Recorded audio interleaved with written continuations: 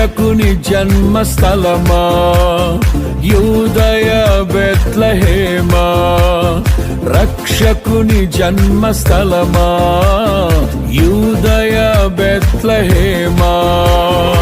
ఆరాధనలకు ఆరంభమా, హృదయార్పణలకు నివాసమా, ఆరాధనలకు ఆరంభమా, హృదయార్పణలకు నివాసమా.